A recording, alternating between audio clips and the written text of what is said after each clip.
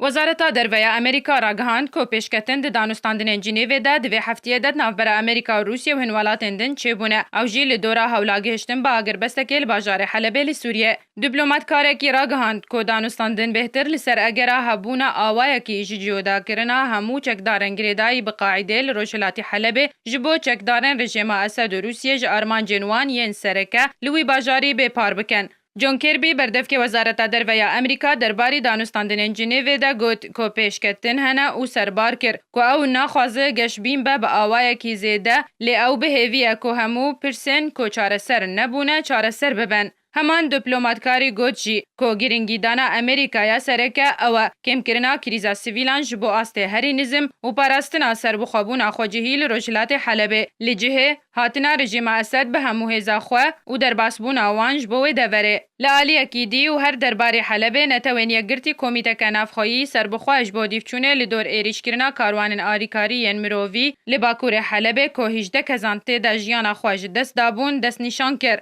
که وید هفتی آبیده دست بکار بکه. هجای گوتینه که هجمارا دیرین که زنگیلین ویش با قربانیان حلبه ین ده انجام شر دل باجار حلبه لسوریه جیان خواهش دست دانه لید ده گهشت 500 دیران. شیرین کیلو آرک